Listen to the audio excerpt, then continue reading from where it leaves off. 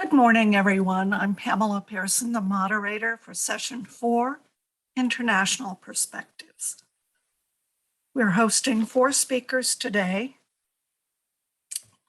Ms. Tahrir Alderghem, who is a PhD candidate and works with Saudi FDA. And her talk's title is Development of the Saudi Branded Food Database, Branded Beverage Database Chapter, Aims, Design, and Structure. Our second speaker is Dr. Mary Labe from University of Toronto, and the title of her talk is Development of the Food Label Information Program, or FLIP, a comprehensive branded food composition database for Canada and Latin American countries. Our third speaker, Ms. Julia Lorenzana Peasley from University of Minnesota, will talk to us about adapting a U.S. dietary analysis software and database for use in Brazil. And our final speaker, Dr. Brianna Larrick from the Institute for the Advancement of Food and Nutrition Sciences, speaking on a partnership for public health, a journey of global expansion of the USDA Global Branded Food Products Database, followed by a Q&A session. And please submit your questions to Q&A. And I encourage all of you to please refer to the full bios of these speakers in your program book. Thank you.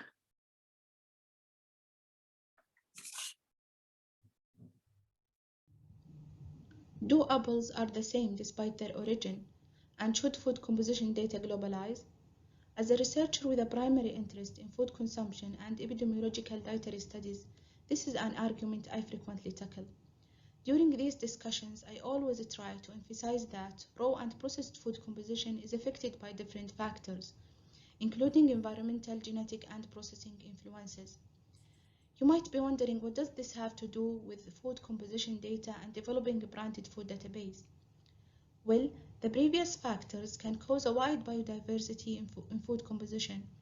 In fact, nutrient values may vary up to 1,000 times among different varieties of the same foods, which highlights the importance of developing regional and country-specific food composition databases. My name is Tahrir Alderghem, a senior researcher in the Saudi Food and Drug Authority, and I am glad to be here with you today. In today's presentation, I will take you through our journey in developing the first chapter of the Saudi Branded Food Database, with all cons and bons, lessons and learns. So let me start with the outlines. In this presentation, I will go through a brief introduction, then I will answer why we need a Saudi Branded Food Database with a brief overview on the food label regulation in Saudi Arabia. This will be followed by a Saudi Branded Food Database aims and development stages. Then I will detail the first phase, the Branded Beverage Database development and outcomes. After that, I will highlight the challenges we faced. Finally, I will share with you the project ongoing progress. So let's start with the introduction. As we all know, the food composition data of population diet is very important. In addition, the composition of food can be regionally specific with notable differences between countries. And this is because of variation in feed, soil, climate, resources, storage condition, processing, fortification, and market share. Furthermore, each country has its consumption pattern, resulting in country-specific foods, recipes, and brand name foods. As a result, each country has a specific data needs. Another important fact that branded food databases are type of food composition data that includes the nutritional information available for many branded food products. Therefore, a key source of information for the compiling branded food database are food manufacturers through the food label. Branded food databases are becoming very valuable in many fields. For example, in research, the food composition data can be used in epidemiological dietary studies to investigate nutrient intake and identify population at risk.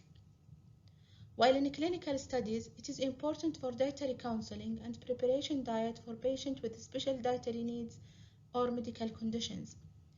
In food supply studies, the food composition data can be used for investigate changes over time in the composition of food. These data are also important for consumers to support informed selection of healthier food and assure food safety. It is also important for public health, especially in food composition monitoring and branded food labeling, as well as planning, implementing, and monitoring of different public health interventions. This is a figure from the International Network of Food Data System page on the FAO website. And the figures show that food composition data should receive more attention because it is the base for most activities in nutrition, starting from food labeling, nutrition intake assessment, diet formulation, research, and ending to become the backbone for food security, nutrition health and policies, and agricultural policies. So the question now, why we need Saudi branded food database?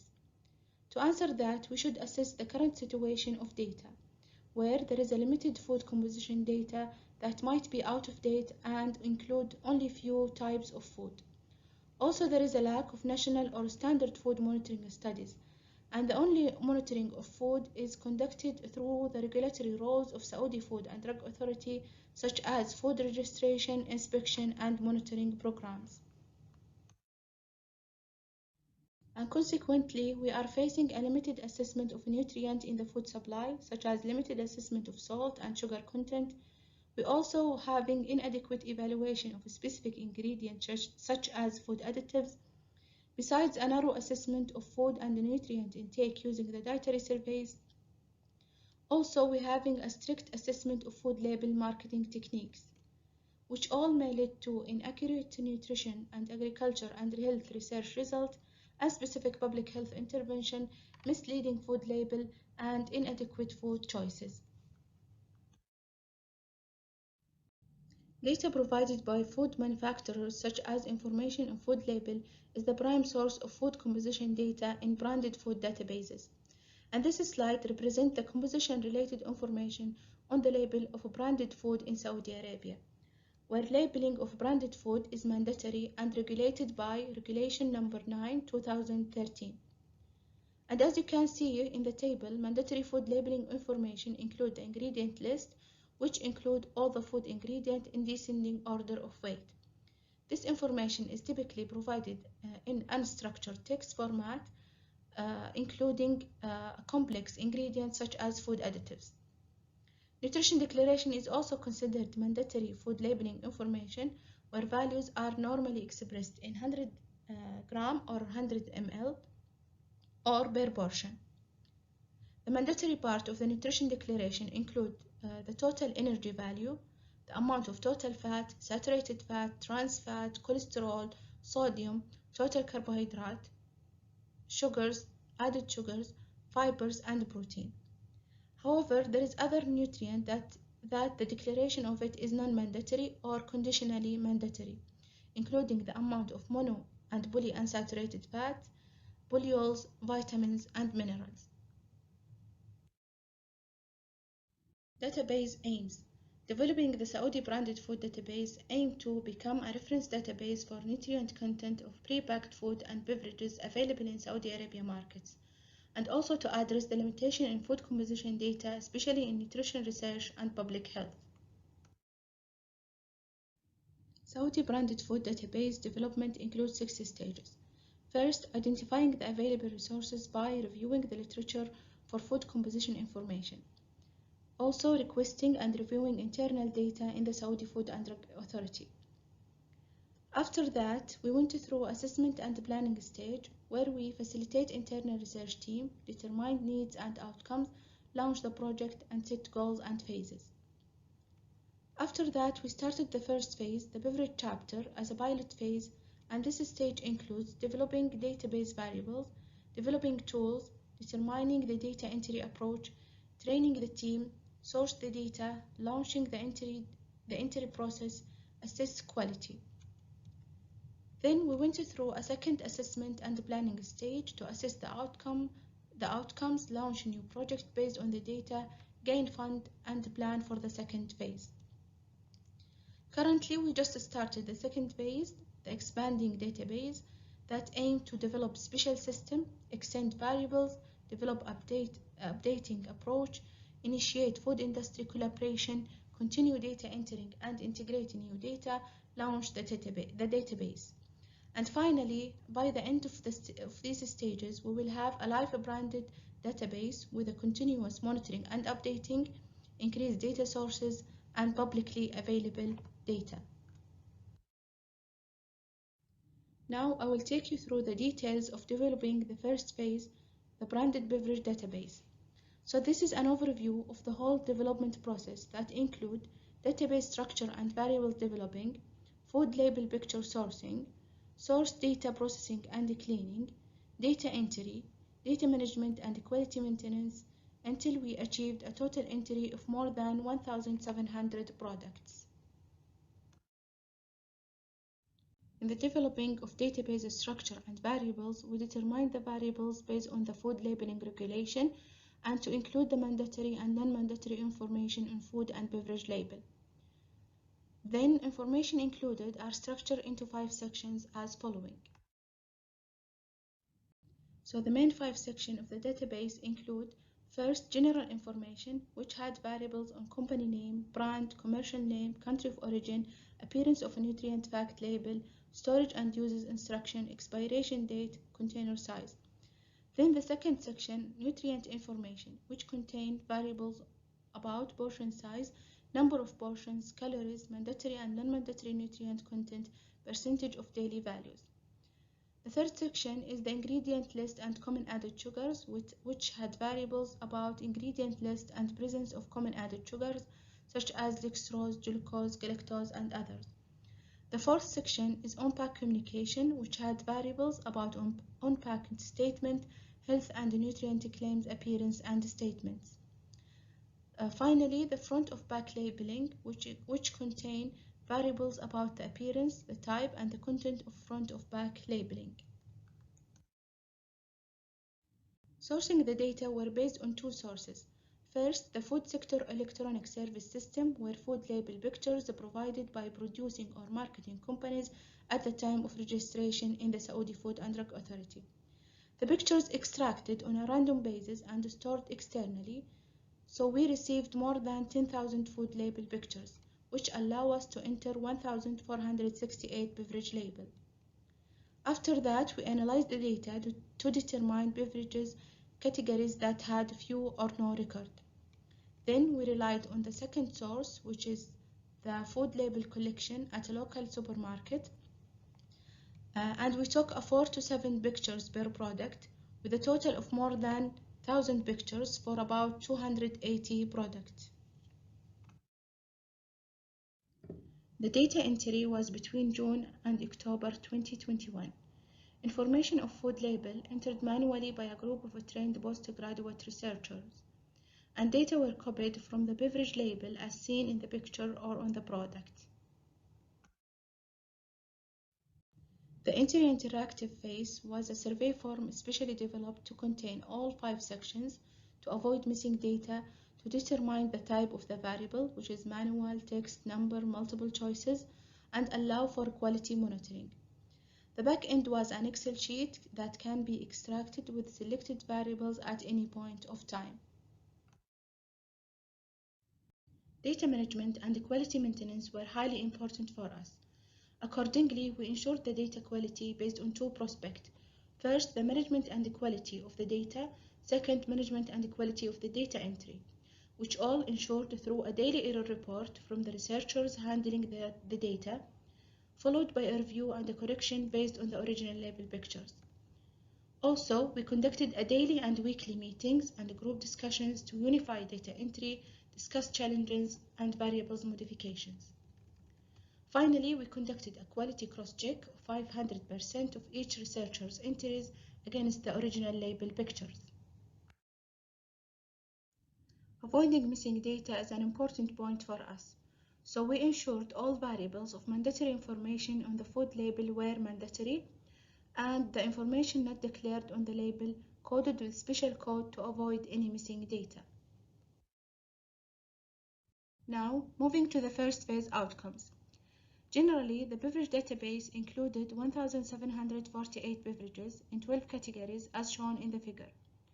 We achieved 100% completeness for all records in all 5 sections.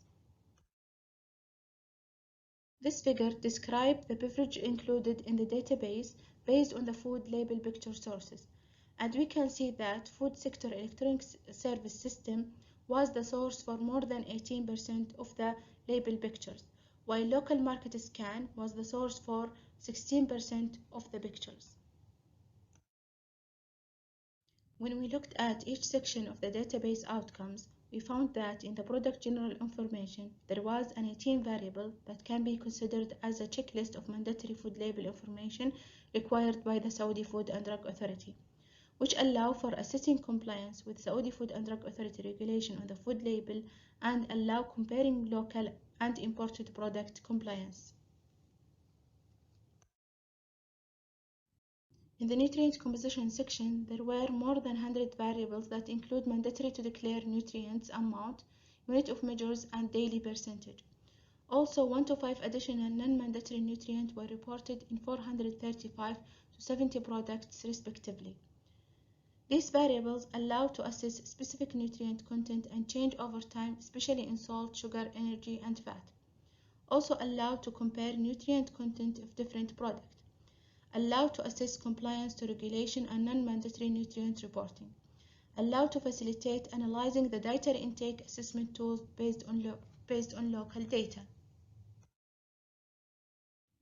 In ingredient list and common added sugar sections, the ingredient list was entered along with 28 variables to confirm the presence of 28 types of common added sugars. Additionally, 3 additional variables were added for any other types of added sugars not listed. The ingredient list is various and has 1,619 unique values. These variables allow for assess specific content in the product, assess mandatory declaration of added sugar, assess the type of added sugars. In on-pack communication, health and nutrition claims section, variables describe the presence of on-pack communication statements, health and nutrition claims. So on-pack communication statements reported a wide variation that ranged from 498 to 42 in the first and fifth statement respectively. And this allows for assess the on-pack communication statement, assess the health and nutrition claims authorization and compliance, assess specific nutrient claims accuracy, such as accuracy of added sugars claims. In the last section, front-of-pack nutrition label variables describe the appearance of front-pack nutrition label and the type of information included. Front-pack nutrition label is non-mandatory in Saudi Arabia, and these section variables allow for assess prevalence of front-pack nutrition label, evaluate the appearance and the type of information included in the front-of-pack nutrition label.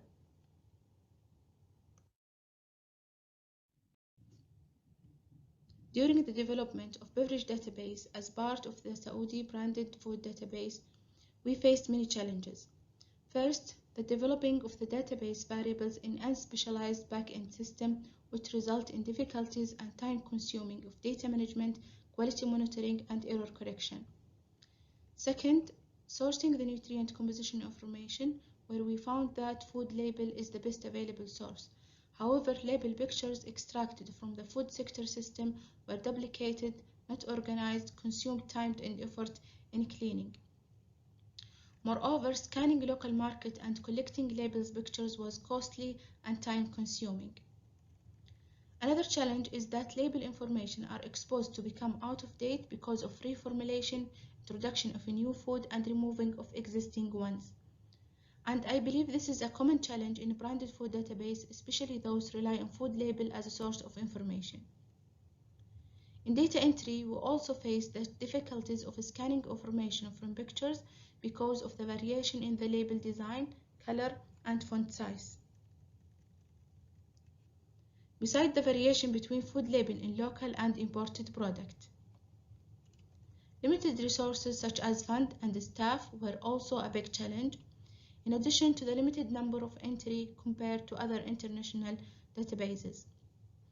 Finally, Saudi branded food databases are not public yet and data extraction is limited. Ongoing work. At the meantime, we launched research projects based on the beverage database to invest and test data usability. For example, we launched a project on nutritional claims prevalence and compliance to regulation in beverages. Also, we are working on special system specifications and identifying technical partners. We are also working on initiate collaborations with food industry to share, integrate, and keep the most updated data of their products. Accordingly, extending the nutritional composition variables is also considered. In terms of financial resources, we gained an internal fund, and we are hoping to gain more support at all levels. And of course, we are working to make the Saudi branded food database publicly available for other users, including research organizations, public health organizations, universities, dietitians, and consumers. At the end of my presentation, please allow me to extend my utmost gratitude to the Executive Department of Research and Studies stakeholders for their support, and to the project team for their outstanding collaboration, and to the researchers who voluntarily shared me their time, knowledge, and experience. This is the end of my presentation. If you have any question, I will be happy to answer them, and feel free to reach me on Twitter or LinkedIn. Thank you for your time and wish you a good day.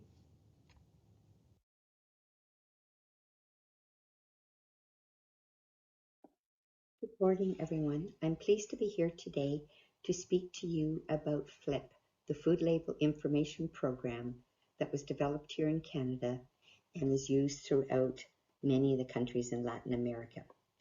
FLIP isn't just a database, it's actually a system of a number of components. First, there's the Data Collector app, which is an iPhone app used in stores to collect the food data. The data is then uploaded onto a cloud or website where the data is stored as the basic database. Then there are a number of data processing steps. And finally, obviously, a number of algorithms and tools and components that have been added for research questions. So just to briefly go over the different components of FLIP. So there are the Data Collector app, as I mentioned, which then once the data is collected, usually at the end of the day, the data is collected in store. It's uploaded onto a cloud or a website. This is accompanied by both web-based tutorials and a user's guide. And then the data collection can be done one of two ways. Originally, we used the iPhone Data Collector app and collected pictures, usually about 8 pictures of every food while you're in the store, and then often at the end of the day, those pictures are uploaded to a cloud-based database. With the advent of COVID and the closing of much in-store shopping, we developed and spent a lot of the last couple of years developing enhanced web scraping, in other words, to collect the data from grocery store websites. And this involved artificial intelligence enhanced software coupled with machine learning for the data collection, processing, and categorization. Once the data is collected, then it is from the website, various data analysis can be completed, resulting in manuscripts, and the data has also been used in a number of consumer-friendly apps.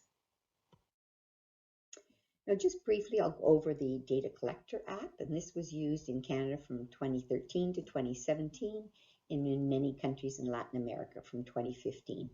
First, the barcode is scanned in store, and that's to identify the product, and also if you want to minimize collecting the same product multiple times. And then as you take pictures of the product, different parts, you identify which picture you're taking. So for example, the barcode is automatically uploaded. You can add the company information there or later on back at the lab. And then you can identify here, you can see in this third picture, you can identify as you take each picture, you can identify that signature.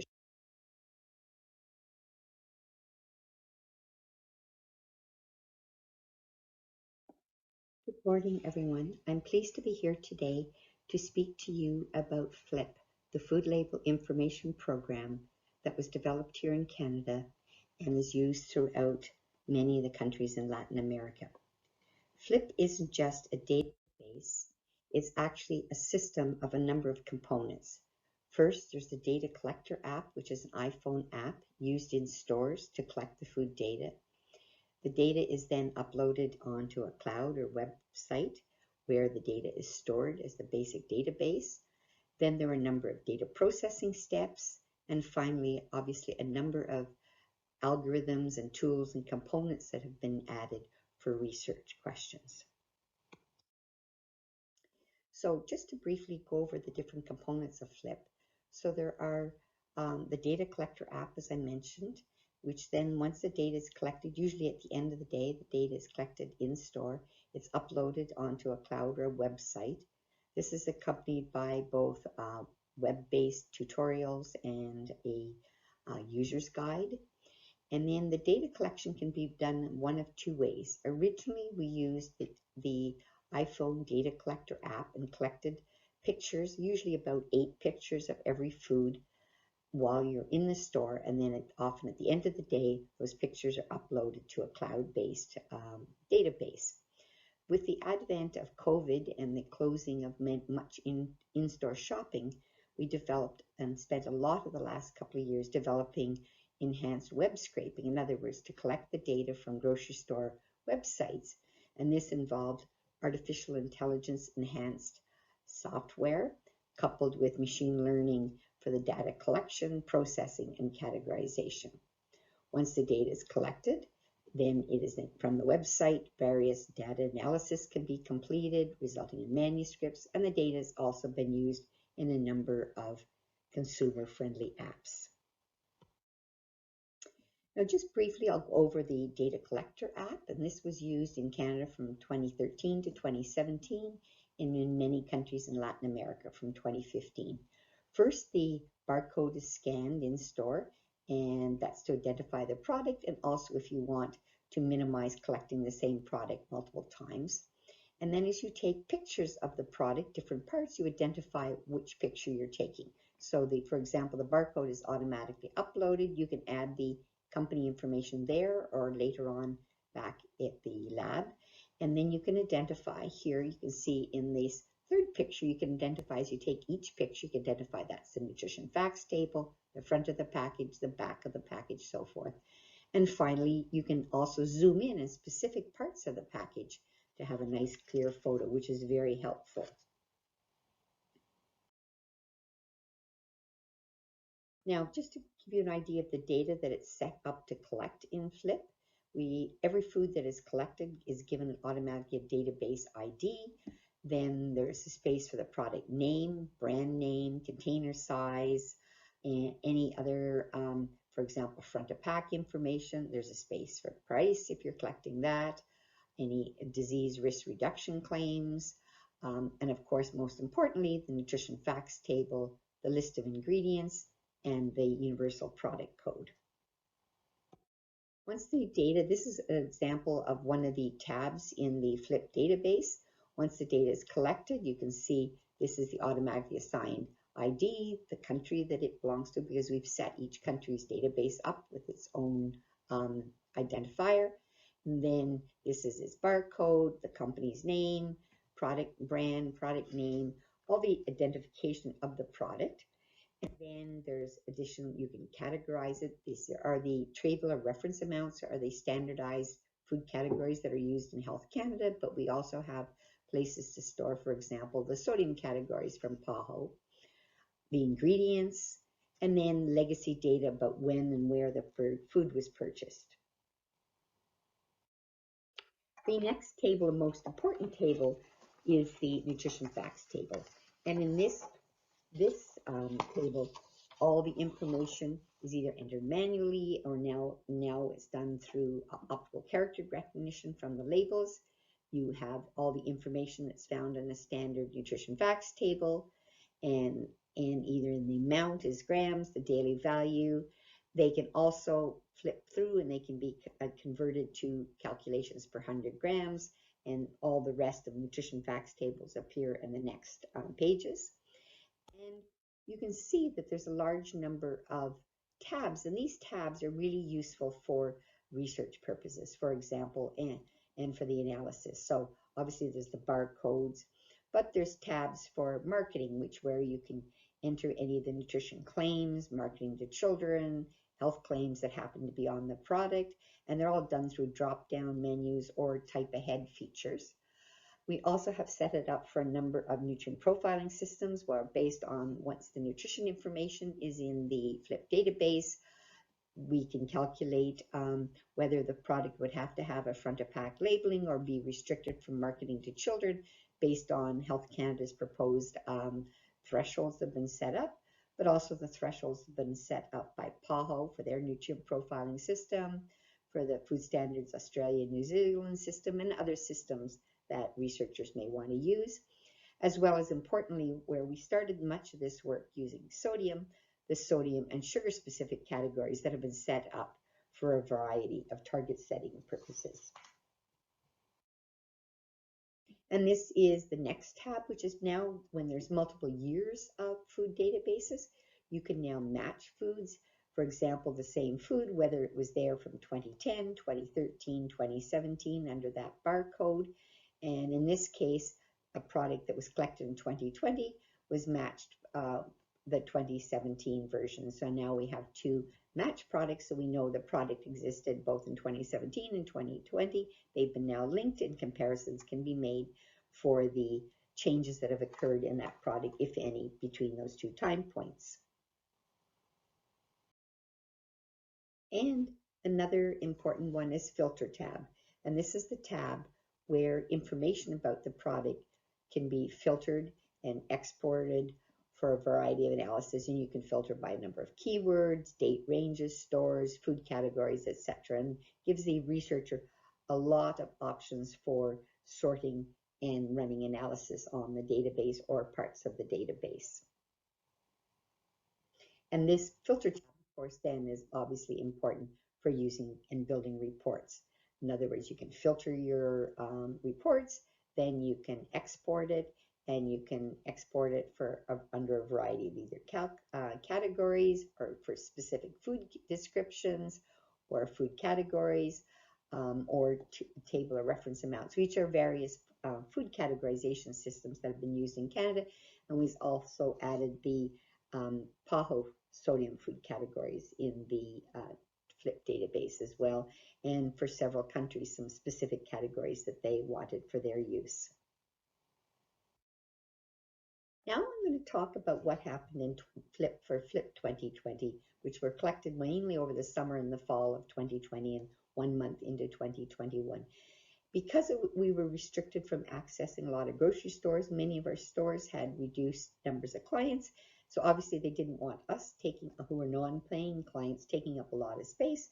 Plus also staff were then reluctant to spend a lot of time in crowded grocery stores. So we really spent a lot of time and effort working on web scraping analysis. So as I said, we originally planned to do an in-store collection in 2020, but due to COVID, we were unable to go to stores. So we really spent our time doing extensive optical character recognition, machine learning, and artificial intelligence technology were developed to handle the data that we collected from web scraping. So for example, from the websites we use 7 great major retailers in Canada who provide their nutrition information online. We captured the photo. Usually they just have the front of package on the website, not all the other sides of the package, but the nutrition facts table either as a picture or as digitally available numbers, the ingredients, container size, brand, product name, its UPC code when it's available, or some stores use their own internal coding system, and of course price, sale pricing, or whatever they happen to use. So this is usually the data. If any of this data were available, it was downloaded from the various websites. But once you've collected the data, and in this case, in one data collection, we collected about 75,000 foods. And you can see now all of a sudden you have to start identifying things like as prepared. In other words, is this a soup that has to be diluted or not? Foods, we started matching them by barcodes to earlier data, but also barcoding, matching barcodes between and across stores. So for example, if one store had the exact same barcode for the same product, but one grocery retailer provided the ingredient list and another one didn't put it on their website, we could find the information from another website of the same food with the exact same barcode.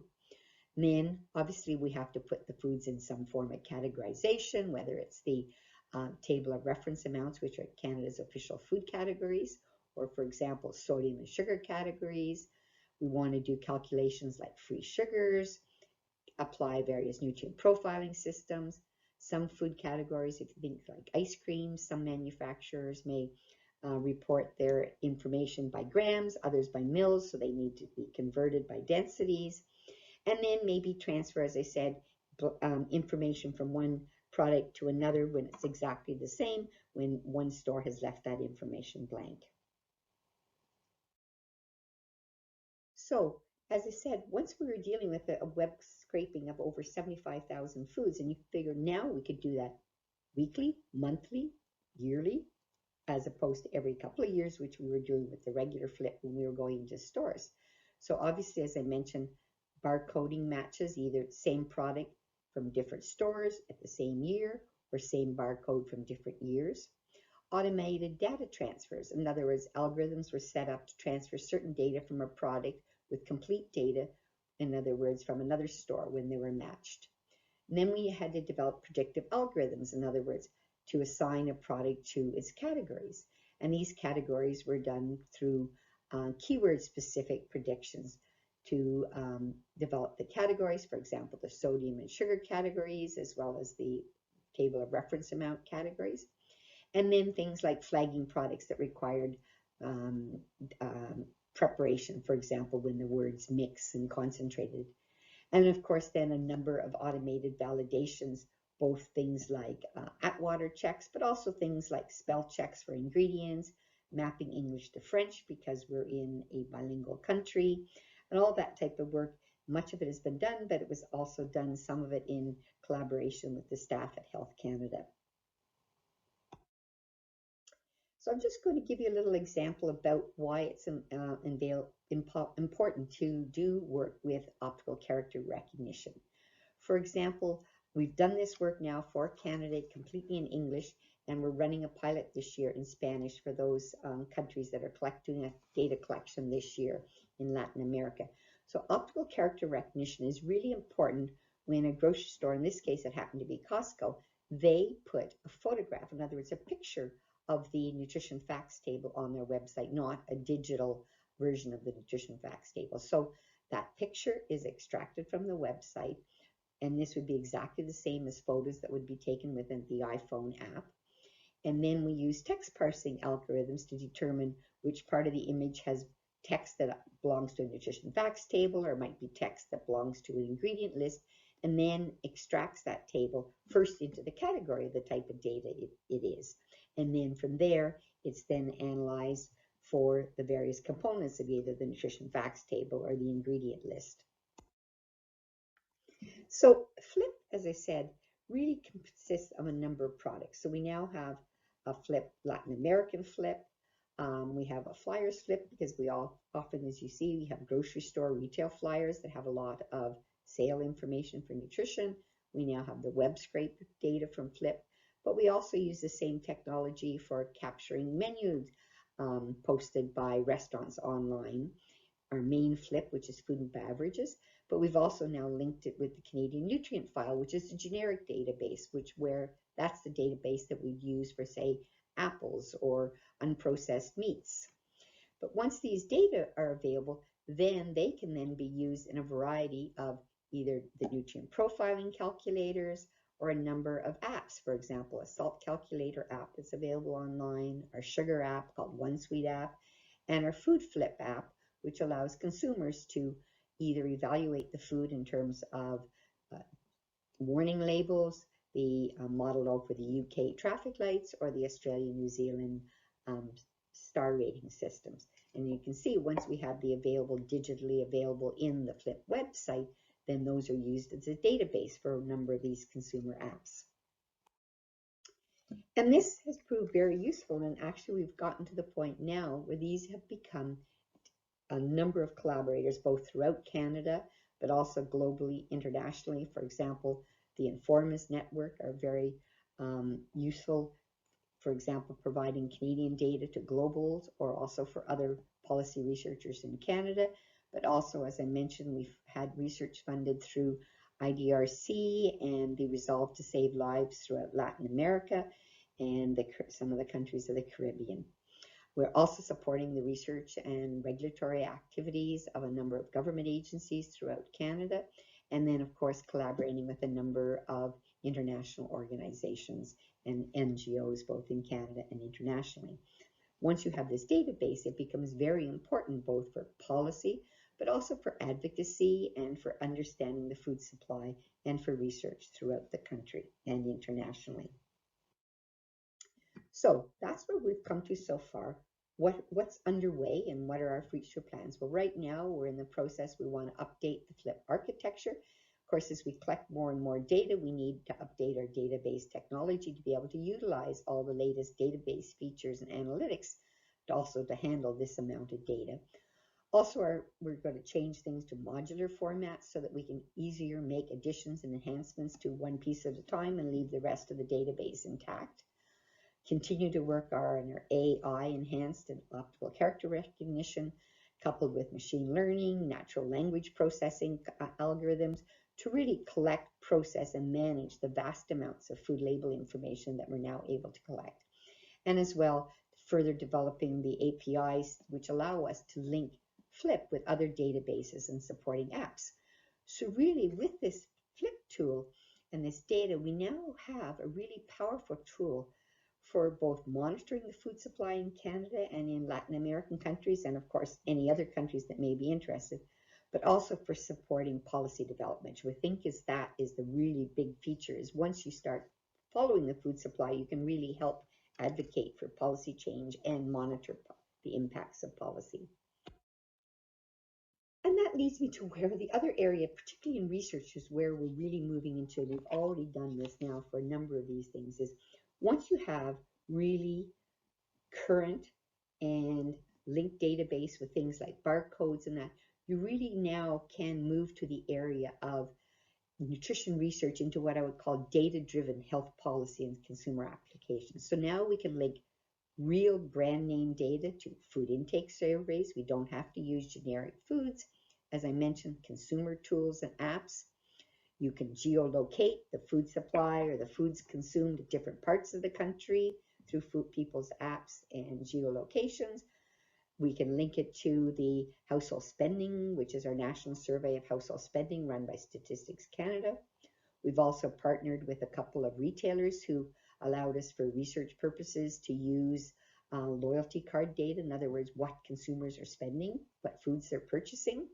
But if we know what food they're purchasing, now with FLIP, we can tell what nutrition intakes they're getting as a household, linking it to commercial databases, for example, or health statistics type database. So really this is really where this is going, that we now have not only food composition database, but the digital databases that can then be linked with a number of other national or commercial databases to really have a better understanding of the food supply in Canada and hopefully elsewhere as well as this evolves. And I think this is really the way that researchers will go in the future. So with that, I would like to thank you very much, and I will be part of the question period at the end, and to acknowledge the large number of students and postdoctoral fellows who have come through our research lab over the number of years who've worked on this, and of course the terrific funding partners who have helped this research move along. Thank you very much.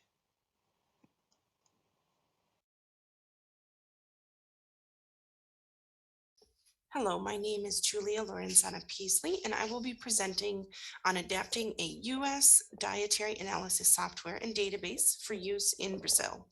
I prepared this presentation with Dr. Lisa Harnack, who is faculty in the Division of Epidemiology and Community Health at the University of Minnesota School of Public Health.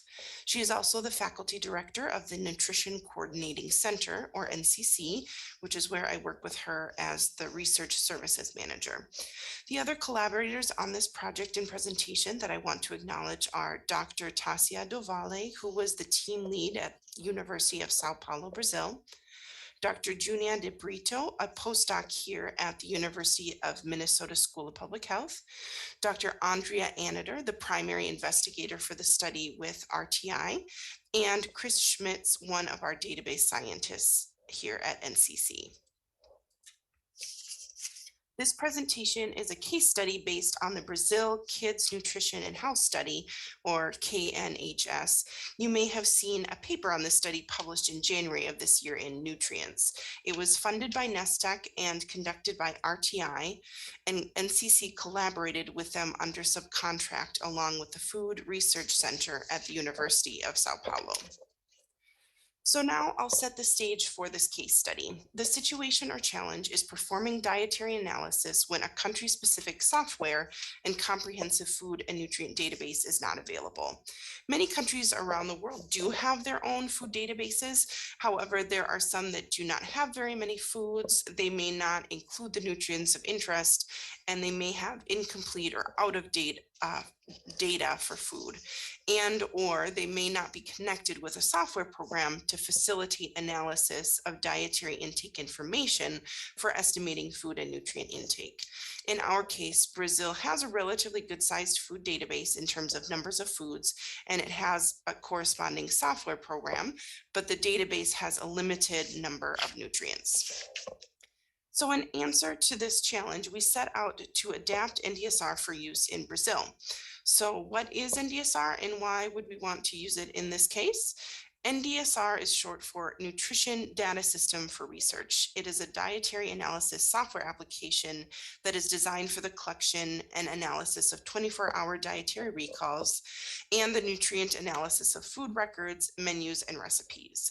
The NCC database that is part of NDSR includes 18,000 foods as they are consumed in the United States, and 178 nutrients and food components are provided for each food. It is important to note that while we do include foods from some international cooking traditions, they are included based on how they are typically prepared in the US. We have very low levels of missing nutrient data for foods, and we update nutrient composition information regularly. And NDSR includes features that allow for the additions of foods to the program. Note that with this approach, a significant amount of planning and effort is required.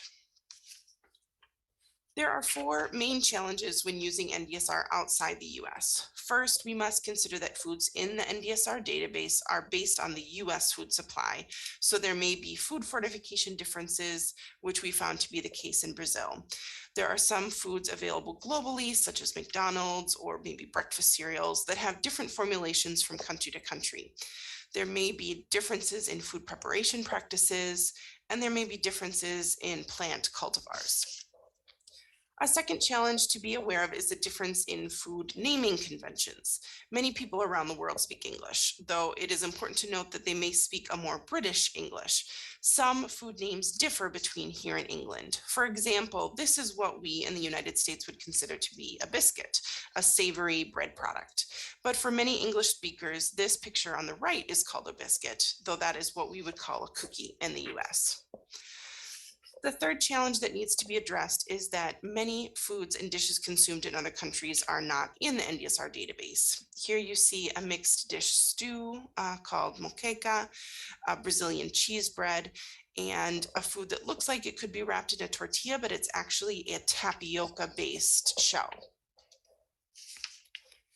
The fourth challenge is the issue of language, as you need to be able to understand English to interface with the program, and the food names in the database are in English. Some interviewing prompts can be displayed in Spanish, and a limited number of foods may have the name in another language, but you really do need to understand English to interface with the program. Now I'll talk about how we address these challenges for the Brazil Kids Nutrition and Health Study. This study was a sample of children 4 to 13 years old from 3 different regions of Brazil, and the sample size was 983 children. And the investigators were interested in nearly all of the nutrients and micronutrients that NDSR had data for. NDSR allows for data to be collected and entered into the program at the same time. However, with the Brazil KNHS, a large number of dietary interviewers were going to be trained, and not all of them were Portuguese-English bilingual. Therefore, we determined it would be best to have the interviewers be trained to collect dietary recalls using the paper and pencil instrument method, or the PAPI method, and then the information from the forms would be entered into NDSR by a Portuguese-English bilingual entry team at the University of Sao Paulo. Even if all of the interviewers were bilingual, it would mean that each interviewer would need a laptop for use in the field, which could be a limiting factor for some studies. We were also concerned about the time it would take the interviewers to look up all of the data entry rules for foods in order to enter them directly into NDSR, as that could really increase the length of the interview. So we designed a data collection plan and a dietary recall form to help with this process. These protocols were initially written in English, and then Tasia at the University of Sao Paulo translated them into Portuguese and trained the data collection team in Portuguese. Here you see the English version of the recall form. The first 3 columns below each meal section are for the food or beverage description and preparation details, and then the amount and the unit. And then there were also columns for the interviewers to make notes about additional study questions regarding the interest in organic foods and foods provided by school versus or daycare. When training dietary interviewers on the PAPI method, it's important to teach them the level of food detail that needs to be recorded. NDSR allows for a high level of specificity when entering foods. And so, for example, we don't want to know that someone had chicken. We want to know specifically what part of chicken they had. And then we want to know how it was prepared. And not only if fat was used to prepare it, but what kind of fat. Was it oil or butter or margarine? And then we also want to know if salt was used in preparation.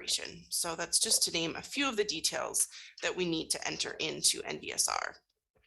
It is hard to remember what level of detail is needed without using NDSR directly, so we developed a food detail guide for the interviewers, and this shows just one section of the guide translated into English. By food group, we listed the types of details the interviewers should be asking about and recording, so they could reference this during the interview if needed. So developing this data collection protocol with recall forms and this food detail guide were part of our approach to addressing the challenges of food naming differences and the issue of NDSR's interface and database being in English. To address the concerns of Brazilian foods not found in the database and NDSR foods being based on the US food supply, we had to develop a data entry protocol.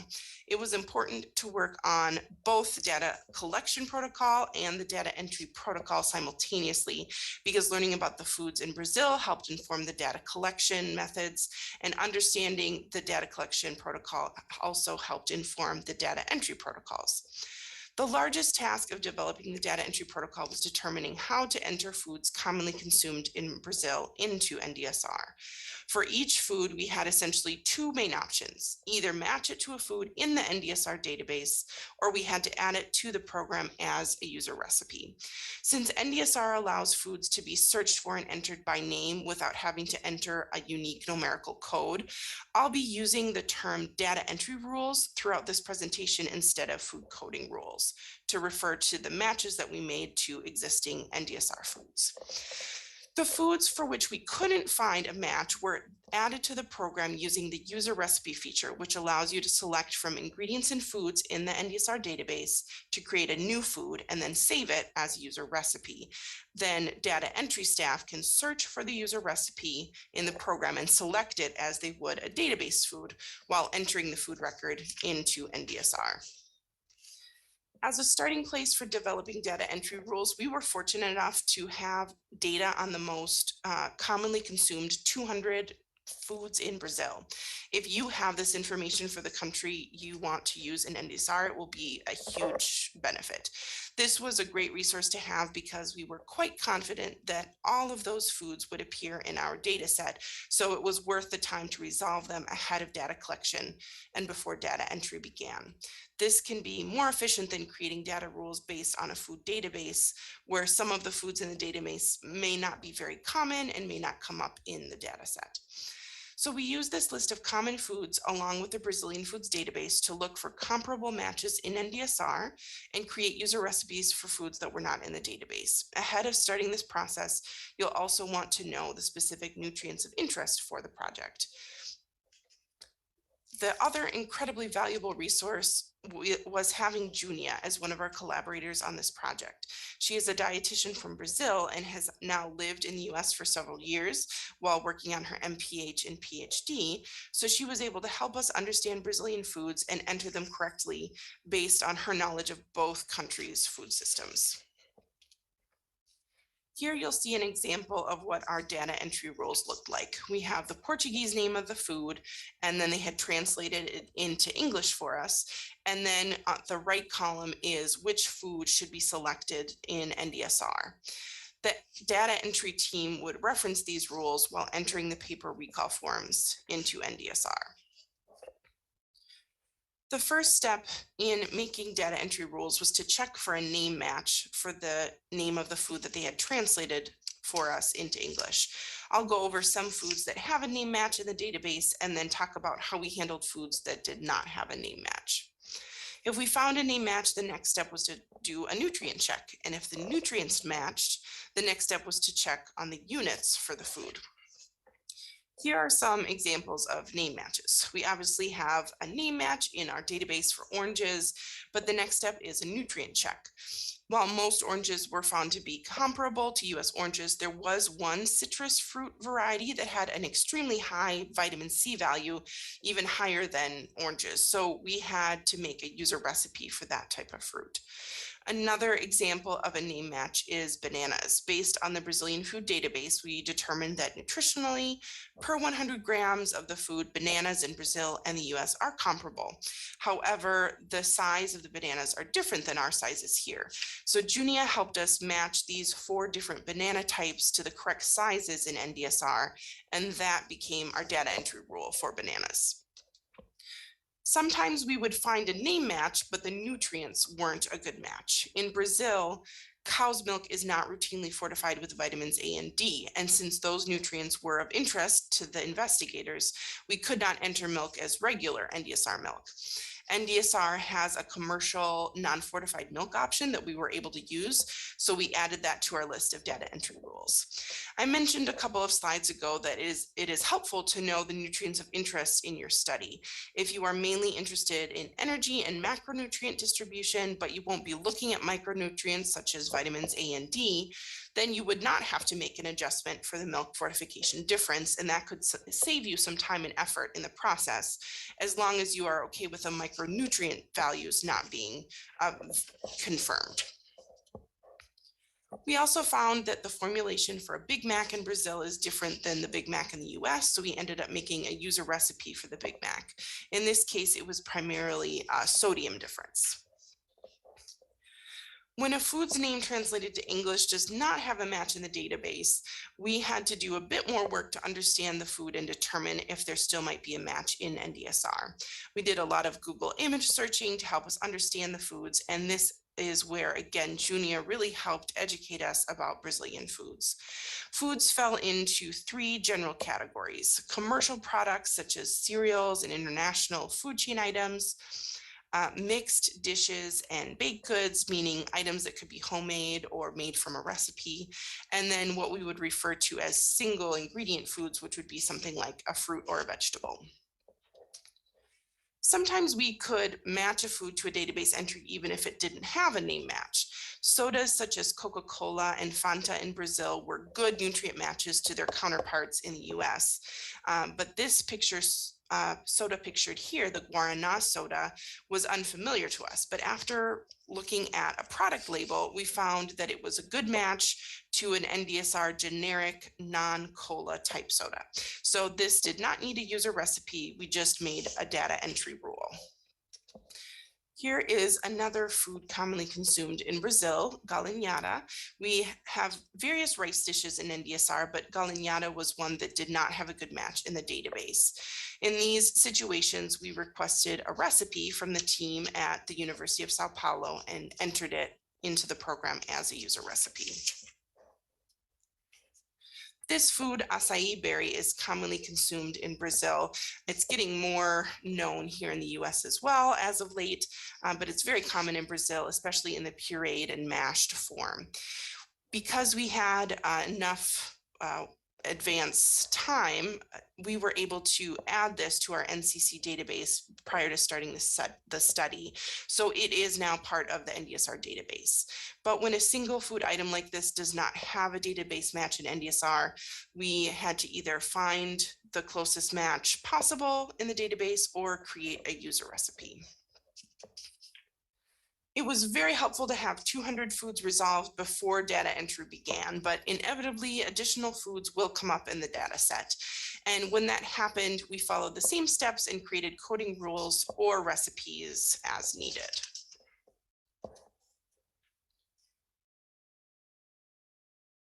After data entry was complete, there was one more step that we took to address differences in food fortification.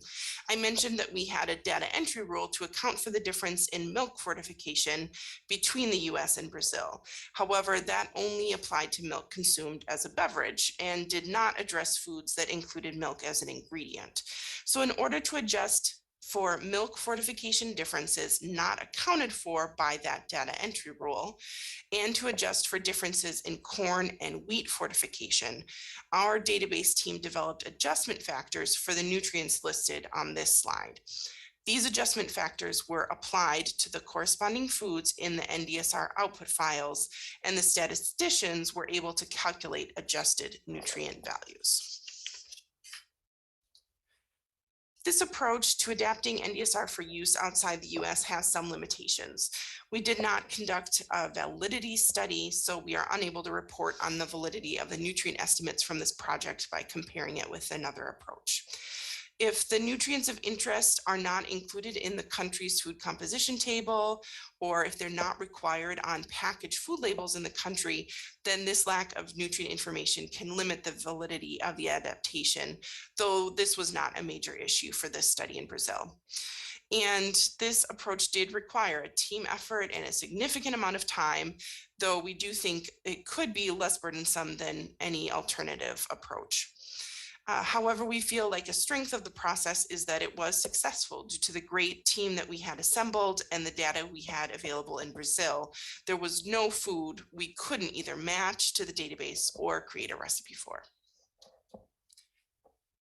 Thank you for the opportunity to present on this topic today. If you have additional questions that I'm not able to answer in the Q&A session, you are welcome to email Dr. Harnack or me. Thank you.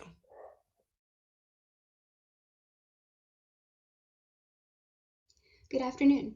My name is Brianna Larrick, and I'm a Scientific Program Manager at the Institute for the Advancement of Food and Nutrition Sciences, also known as IFANS. IFANS is one of 6 partners in the partnership on the USDA Global Branded Food Products Database, alongside USDA, GS1 US, One World Zinc, Nielsen IQ Label Insight, and the University of Maryland. On behalf of the partnership, it's a pleasure to present to you today on our journey of global expansion of the USDA Global Branded Food Products Database. And in this presentation, I'll be discussing the work that the partnership is doing to expand this database to international markets using our pilot work in Canada as a case study. Many of the audience members will be familiar with the USDA Global Branded Food Products Database, which I'll be calling Branded Foods for short. This database is housed within USDA's Food Data Central, and it can be accessed at fda.nal.usda.gov.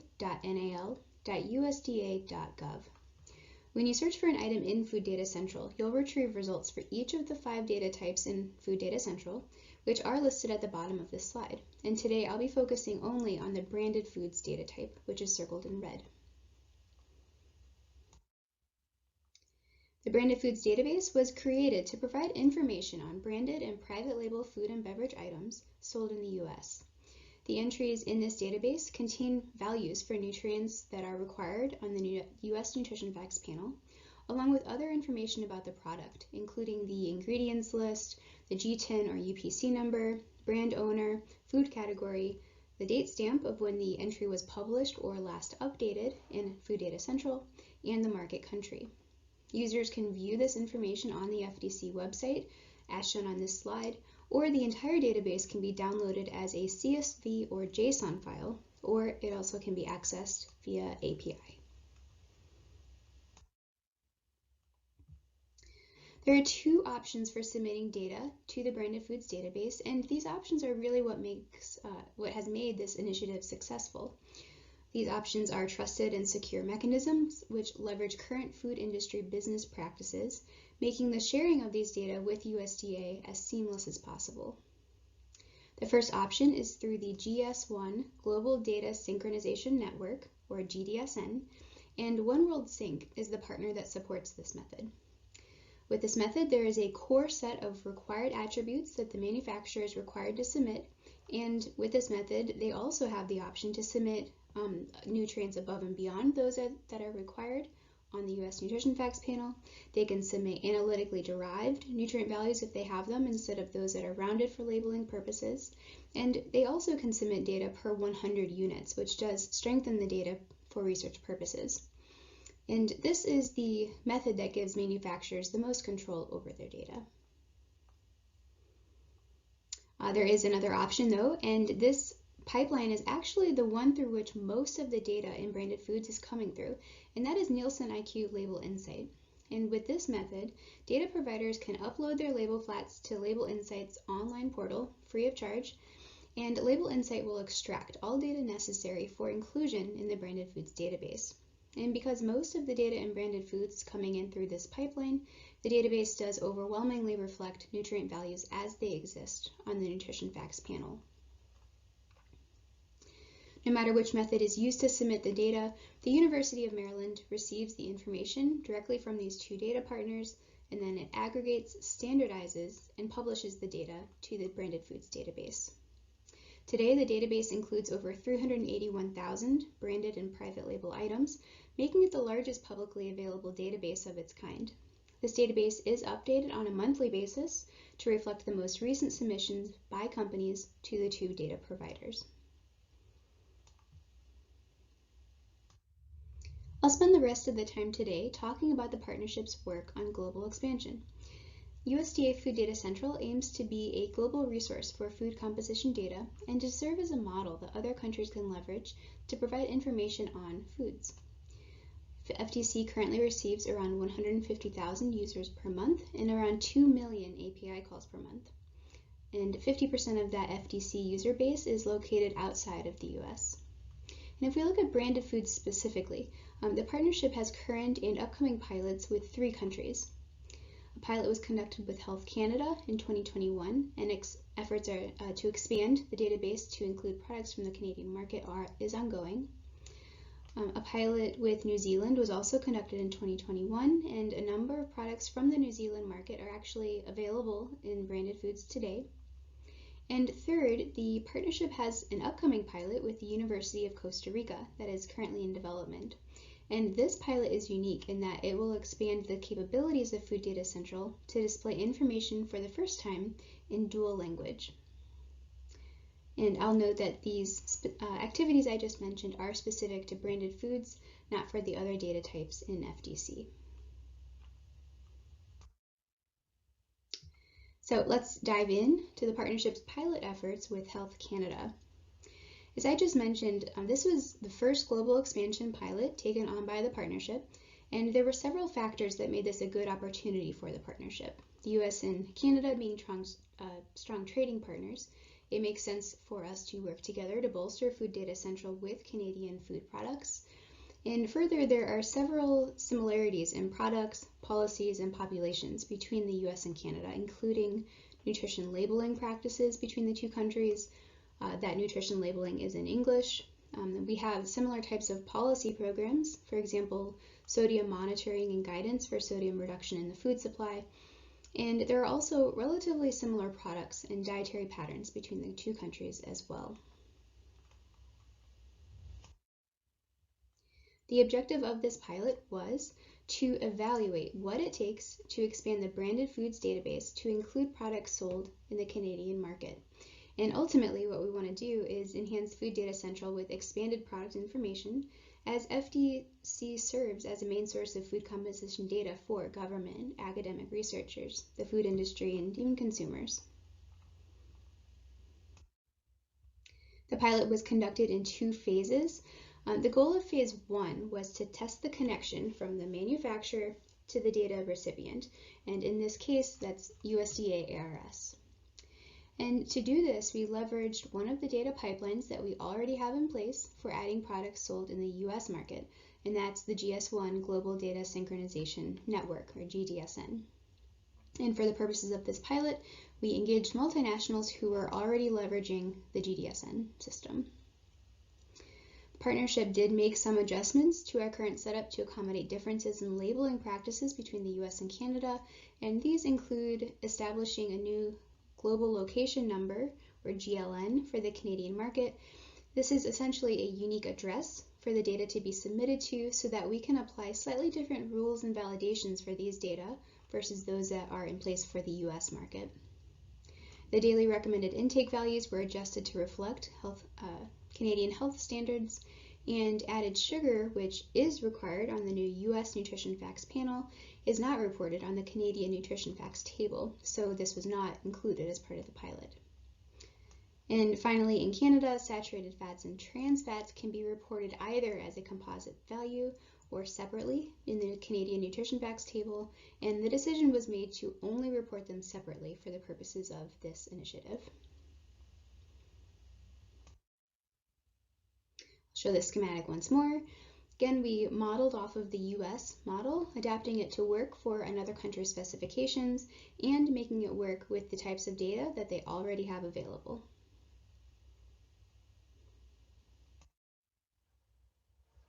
So the outcome of phase 1 was the connection was established. The schematic I showed on the previous slide is very much simplified, but to convey a bit of what goes on behind the scenes to make that happen is we established that new GLN for products sold in the Canadian market. Manufacturers submitted data for the first time to that new GLN. The University of Maryland received, processed, standardized the data. There were several iterations of review, discussion, and quality control that went on among the partners as part of this pilot, and ultimately these data were uploaded to a Food Data Central staging environment so that we could demonstrate what the end product looks like without publishing the test data publicly. And as part of phase 1, 202 products were published to the FDC staging environment. So overall, we achieved what was intended with phase 1 of the pilot, and along the way, the partnership learned several things that we could do to set future pilot participants and the initiative as a whole up for success. Some of the things that happened over the course of phase 1 was that pilot participants had some difficulty meeting the publication timing requirements. There were some resource constraints, some were still working to meet new nutrition facts table regulations, and to help with this moving forward, the partnership, we need to make sure that we allow an adequate time frame for participants to understand the requirements, to assign resources, and to publish items.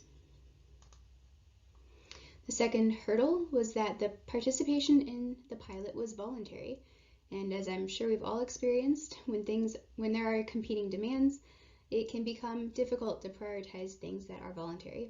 So what we can do moving forward is expand our communications to drive the importance and increase the priority for publishing data as part of this initiative. Something else we can do is advise manufacturers of specific items to be published as part of the pilot. Several participants did express that such a list would have been helpful for them.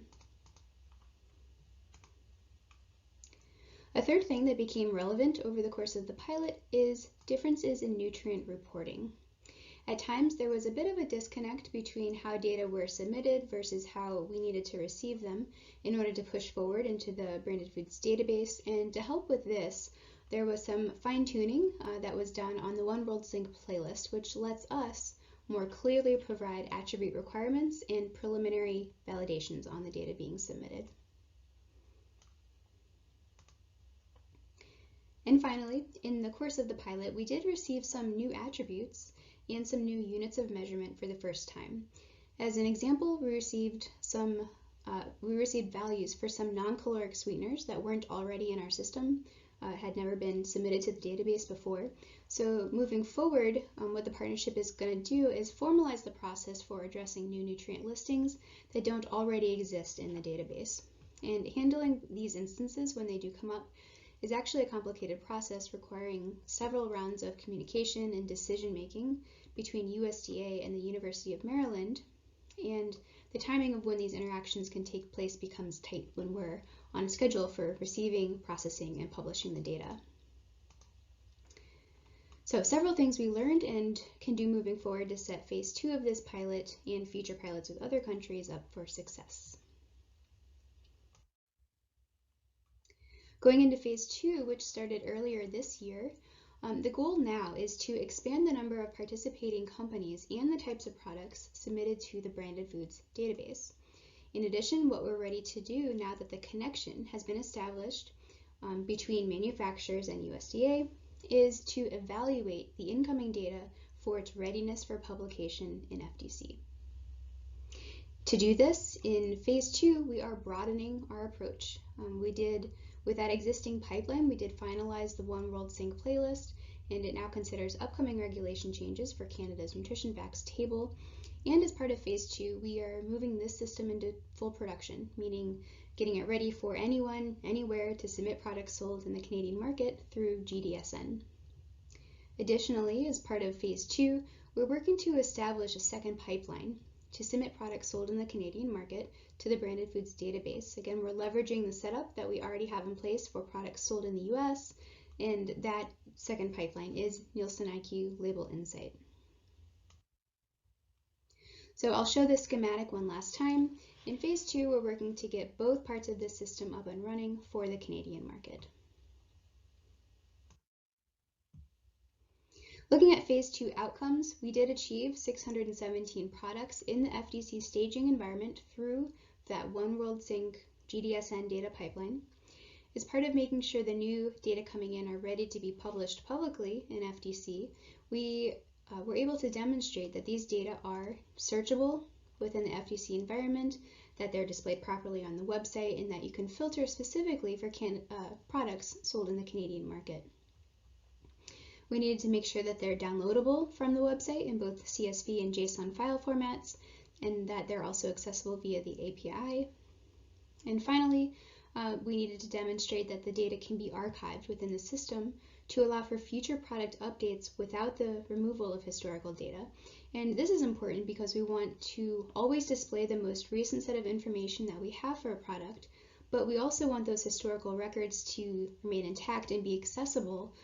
Say if someone wants to compare the food supply or a specific segment of the market today versus that at some point in time historically.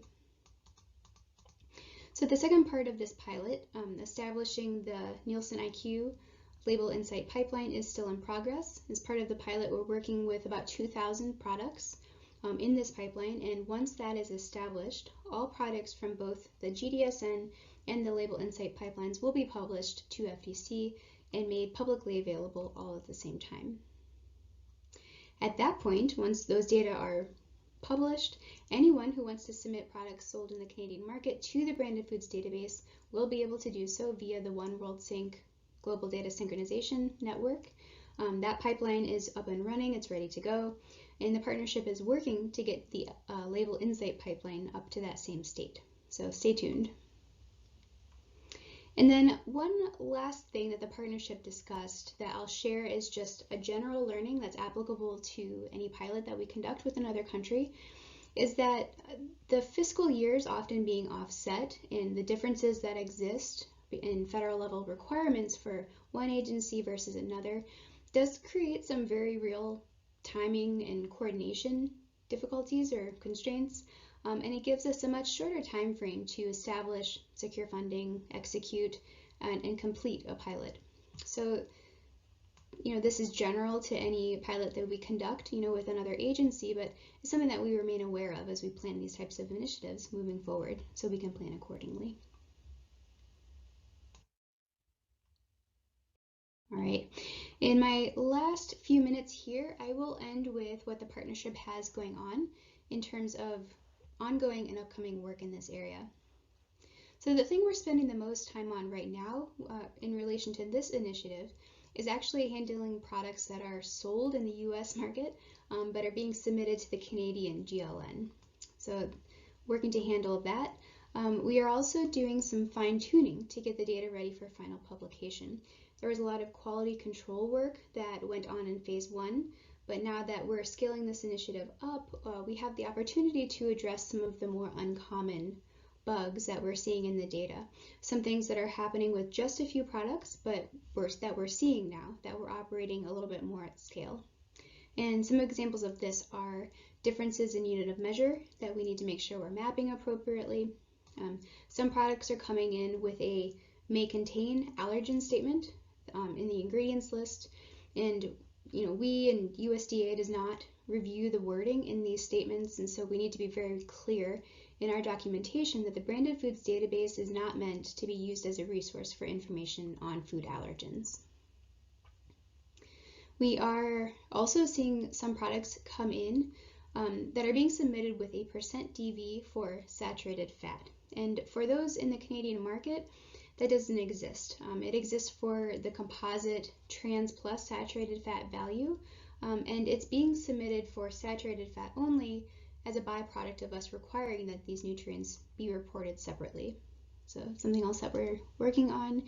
And then finally, now that the database contains products from markets other than the US, it's appropriate that we remove references that are specific to United States labeling acts. So for example, we'll be removing references to the Nutrition Labeling and Education Act of 1990, or NLEA, from Food Data Central. And just as an example, any NLEA appears in our definition for total sugars. So we will be publishing the products from the Canadian pilot publicly in FDC soon, so stay tuned, and we look forward to that. And then finally, we are currently evaluating further opportunities to expand the database to additional international markets. So I hope you will engage, and if you're at a food company working in the private sector, the best way to do that is to make sure that your product portfolios are represented in the database. We strive to achieve representation of all products in this database, all branded and private label, but I'll put in a plug that we are actively working to increase the number of private label or store brand products in this database. If you have any questions about how to submit the data, how to access or use the data, how to find out how your product portfolio is represented in the database, I do encourage you to reach out. I've included my email address on this slide, and I'm happy to assist, or if I can't, put you in touch with someone who can. And I've also listed the URL of where you can submit questions and comments about Food Data Central directly to USDA. From that page, you can indicate the topic of your question, and if you select branded foods as that topic, the partnership will get your query. I'd like to thank all the partners that participate in this public-private partnership and those who assisted in the development of this presentation. I look forward to taking questions from the audience.